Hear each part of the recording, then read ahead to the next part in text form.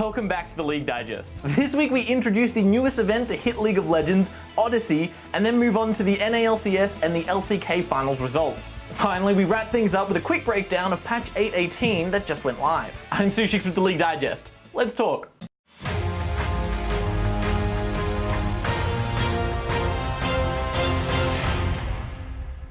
The big talking point for patch 8.18 wasn't actually the balance changes as Riot gears up for Worlds. Instead, it was the new Odyssey game mode and its accompanying skins that had the League community foaming at the mouth. With a new storyline and a universe accompanying the gameplay, Odyssey has all the earmarks of one of Riot's best additions to League yet.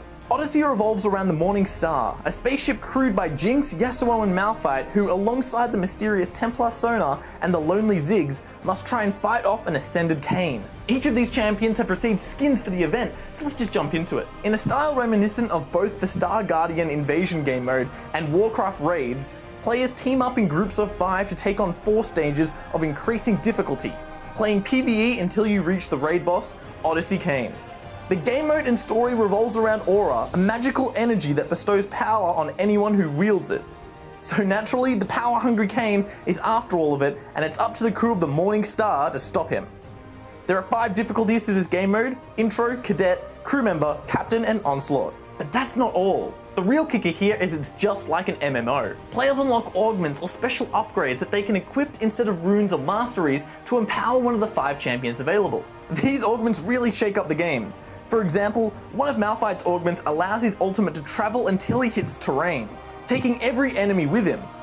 Another one would be an augment allowing Sona's ultimate, Crescendo, to hit 8 times all around her. With only 5 slots and 15 augments per champion to choose from, it adds depth to the game mode not found in other modes. Throughout playing the mode, you'll find yourself wishing you could translate these to the real game. There's also a very generous mission available, not locked behind a paywall, and where players can earn emotes, icons, orbs, and gems, as well as a skin shard for the Odyssey Ziggs skin.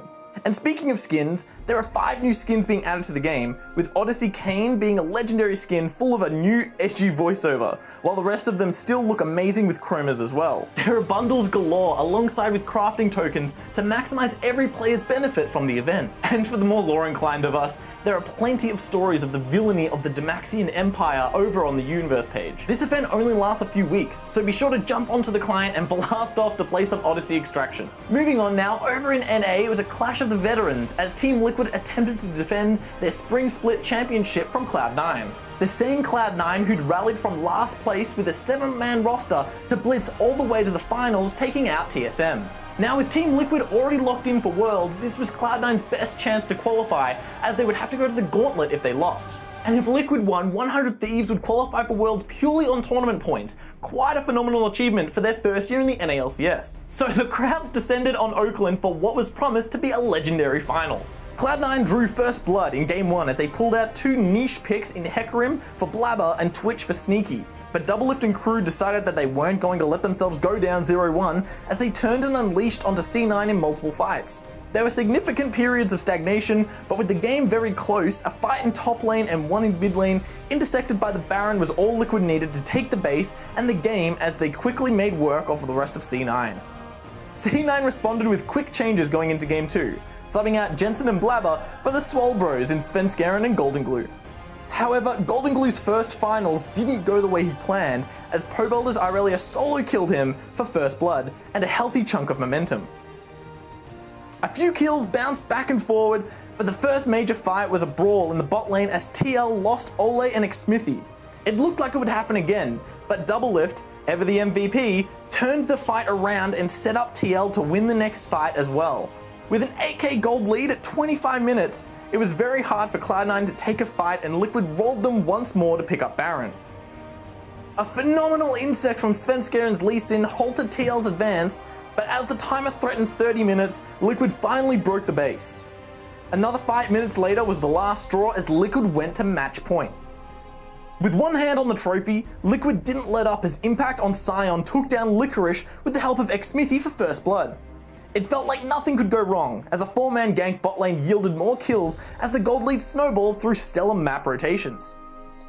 The game had gone to 30 minutes without C9 picking up a single kill, but they had limited the damage with Liquid only being able to pick up 5.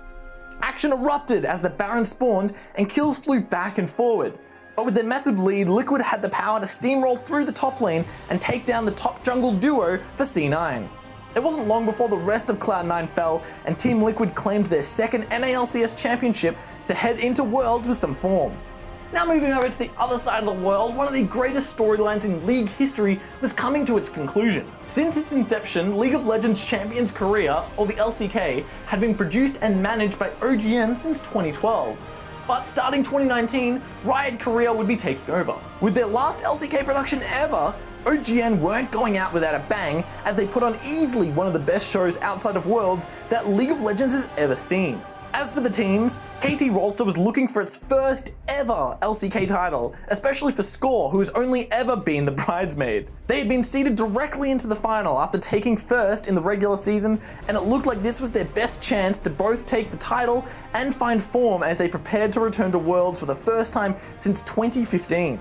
After the first 3 games, Griffin were at match point and about to claim their royal road. In Game 4, it was now do or die for KT Rolster, but the early game boded ill for them as Griffin took the early gold lead, their only consolation being an extra Infernal Drake.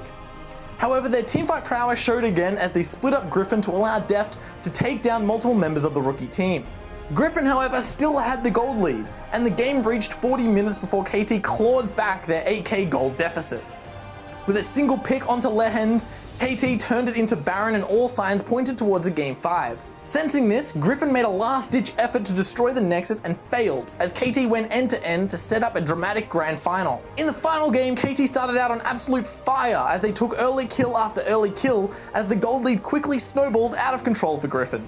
With the loss, Griffin moved to the regional qualifier to attempt to match SKT's first World Championship as they faced Gen G after the 2017 World Champions took down SK Telecom in the first round of the qualifier. A decisive victory set them up for a massive battle against Kingzone Dragon X as both teams hunt for the final spot to the World Championship. Moving on, in our final story today, we had patch 8.18 drop recently, laying the groundwork for the state of the game going into Worlds 2018. Because of the massive issues previously in the year, with patches being too big and impactful, this patch is more smaller changes that nudge champions a little bit stronger or a little bit weaker to not affect the meta too hard. To start off, my favorite change this patch was a buff to Victor's Hex Core cost, dropping by 1000 gold. While Victor's kit still struggles in today's meta, his large cost on what is basically a necessity first item always held him back. Because of this, we may see Victor return to mild popularity as his first buy item becomes much easier to purchase. Speaking of buffs, both Lucian and Vayne, which happen to also be the signature champions of 2 of the most well-known bot laners in the world, Doublelift and Uzi respectively, have received buffs to their kit. Vayne now has a tumble cooldown reduced by 2 seconds at level 1, which is quite a significant increase to her early game strength where she typically struggles. This may mean she may be more viable in pro play with increased strength and survivability in the stages of the game before she hits her late game power spike. Lucian's buff, however, focused on his late game, with his Q receiving a slight AD ratio buff at the later ranks. Wrapping up the patch, we have some changes to the jungle, most notably the significant nerfs to Sejuani, who currently sits as one of the most played junglers in pro play. The base damage on her Permafrost has been reduced, along with the slow duration on her ult being cut from 3 seconds down to only 1 second. Also surrounding the jungle, a small quality of life change has been made to help junglers who perhaps forget to pick Smite. Now in Champion Select, if you get assigned jungle, the clan will automatically give you Smite as one of your selected summoner spells. Don't worry though, if you plan to play some weird off-meta jungler without Smite, you can still manually change it. Unfortunately, that brings us to the end of this week's episode of the League Digest. If you guys like what we do and you want to support us, don't forget to leave a like down below, leave some feedback in the comments section about how we're doing, and check out our Patreon with a link in the description down below. We also have social media on Twitter, Facebook, and Instagram if you guys want to see what cool stuff we do behind the scenes or just have a chat with us. Until next time, I'm Sushix with the League Digest, and I'll talk to you guys later.